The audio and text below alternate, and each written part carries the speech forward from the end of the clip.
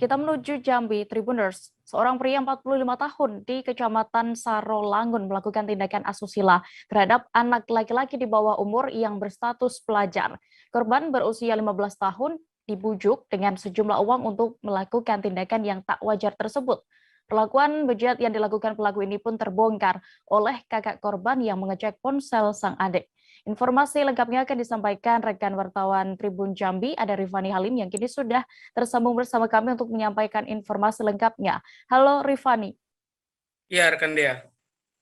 Rifani, bisa Anda ungkap bagaimana sebenarnya kronologi perlakuan asusila seorang pria 45 tahun terhadap anak di bawah umur ini bisa terungkap? Oke, rekan dia.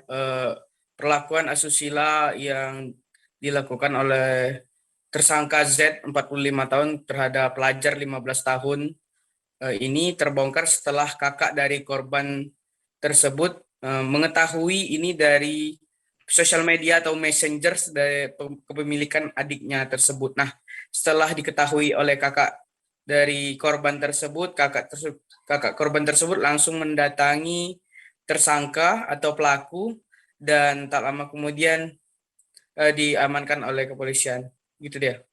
Ya, sempat didatangi oleh keluarga korban ya berarti ya pelaku ini. Apakah pelaku juga sempat menjadi amukan warga sekitar atau bagaimana? Lah, iya, oke kan dia.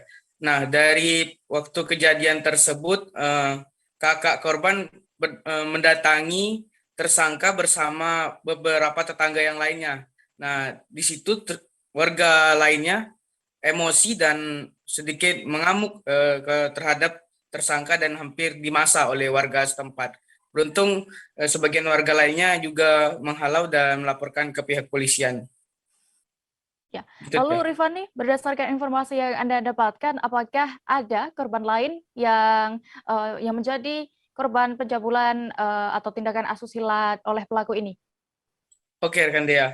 Menurut keterangan dari Kasat Reskrim Polres Sarolangun, menurut dari penyelidikan pihaknya mengatakan bahwa ada korban-korban lainnya. Namun kepada korban yang kemarin pada saat tertangkap tersebut itu baru satu kali terjadi. Sedangkan korban lainnya lebih dari satu orang dan berkali-kali sudah dilakukan hal yang tidak senonoh tersebut ya. Baik, terima kasih rekan Rifani Halim untuk informasi Anda dari Sarolangun Jambi. Selamat bertugas kembali.